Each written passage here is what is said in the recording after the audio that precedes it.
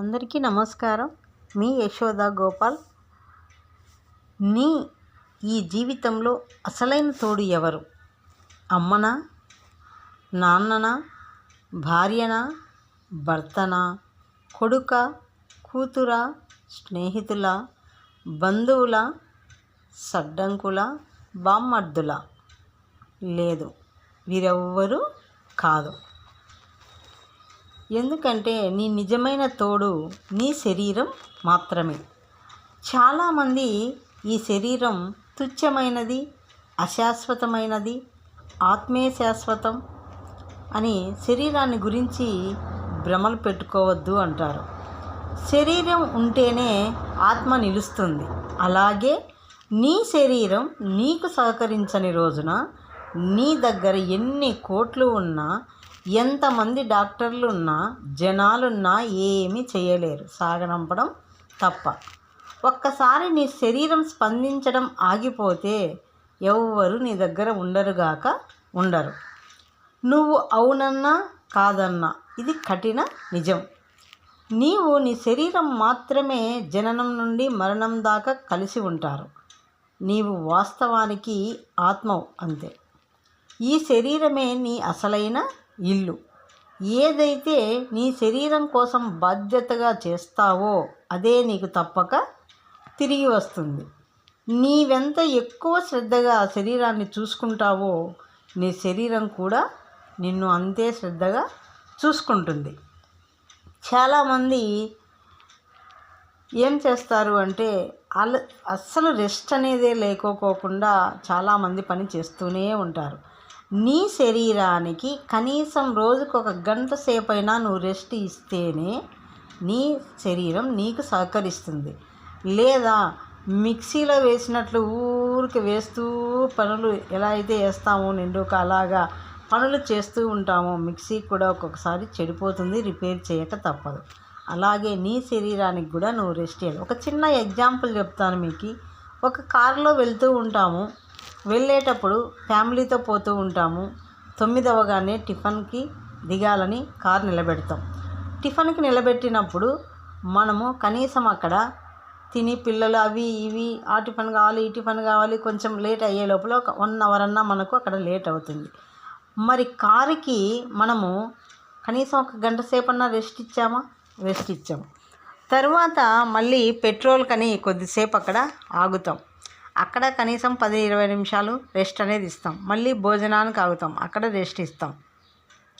అలాగ నోరు లేని ఆ బండికి లక్షలు పెట్టి మనం కొని అప్పుడప్పుడు 2-3 గంటలన్నా ఆ కారుకి మనం రెస్ట్ ఇస్తున్నాం. అలాంటిది మన బాడీకి లక్షలు విలువ చేసే, కోట్లు విలువ చేసే ఈ శరీరానికి మనం కనీసం గంట సేపైనా రెస్ట్ ఇవ్వకపోతే మన శరీరం ఏమవుతుందో బాగా గుర్తుంచుకోండి. మరి ఏం తినాలి, నువ్వేం చెయ్యాలి, ఒత్తిడిని ఎలా ఎదుర్కోవాలి, నువ్వెంత విశ్రాంతి తీసుకోవాలి అనేవి మాత్రమే నీ శరీరం స్పందనను నిర్ణయిస్తాయి. బాగా గుర్తుంచుకోండి, నీ శరీరం ఒక్కటే నువ్వు జీవిస్తున్న చిరునామా. నీ శరీరమే నీ ఆస్తి, నీ సంపద. వేరే ఏది కూడా దీనికి తులతూగదు. నీ శరీరం జాగ్రత్తగా కాపాడుకోవటం నీ బాధ్యత. డబ్బు వస్తుంది వెళ్తుంది, బంధువులు స్నేహితులు శాశ్వతం కాదు, గుర్తుంచుకో. నీ శరీరానికి ఎవ్వరూ సహాయం చేయలేరు, ఒక్క నీవు తప్ప. నువ్వు బాగా ఉండి ఇంట్లో కూడా అందరికీ చేసి పెట్టుతూ ఉంటేనే నీ సహకరిస్తారు. ఒక్కరోజు నువ్వు పండుకొనిందివా, ఒక్కరోజు ఏదో లేని చూస్తారు, 2వ రోజు ఎప్పుడు పడుకున్నావు అంటారు. కాబట్టి మనకి బాగలేనప్పుడు, మనం శరీరం సహకరించినప్పుడు మనం ఏం చేయాలో ఆ శరీరానికి అది ఇస్తూ పోతే తప్ప నీ శరీరం పడిపోయిందా నీ దగ్గరికి ఎవ్వరు రారు. చూసి అలా నవ్వుతూ వెళ్ళేవాళ్ళే తప్ప ఎవరు రారు. కాబట్టి ఏమేం చెయ్యాలి ఈ శరీరానికి? ఊపిరితిత్తులకి ప్రాణాయామం చేయండి, మనస్సుకు ధ్యానం, శరీరానికి యోగా, గుండెకు నడక, ప్రేగులకు మంచి ఆహారం, ఆత్మకు మంచి ఆలోచనలు.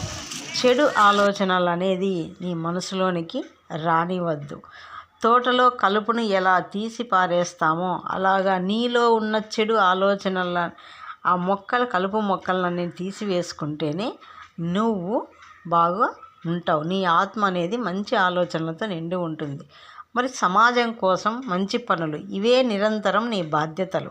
ప్రతిరోజు నేను ఈ బాధ్యతలను నిర్వర్తిస్తున్నాను. మీరు కూడా ఇందులో భాగస్వాములు అవుతారని ఆశిస్తున్నాను.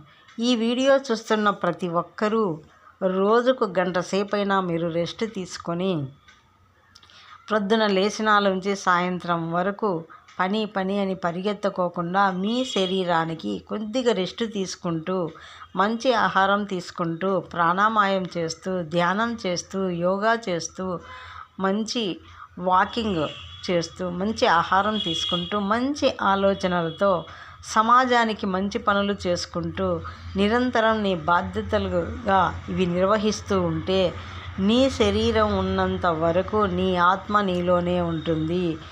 ఎప్పుడైతే నీ శరీరం సహకరించదో ఆత్మ కూడా దాంట్లో కొట్టుమిట్టులాడుతుంటుంది, ఎప్పుడెప్పుడు బయటికి వెళ్ళిపోవాలా అని.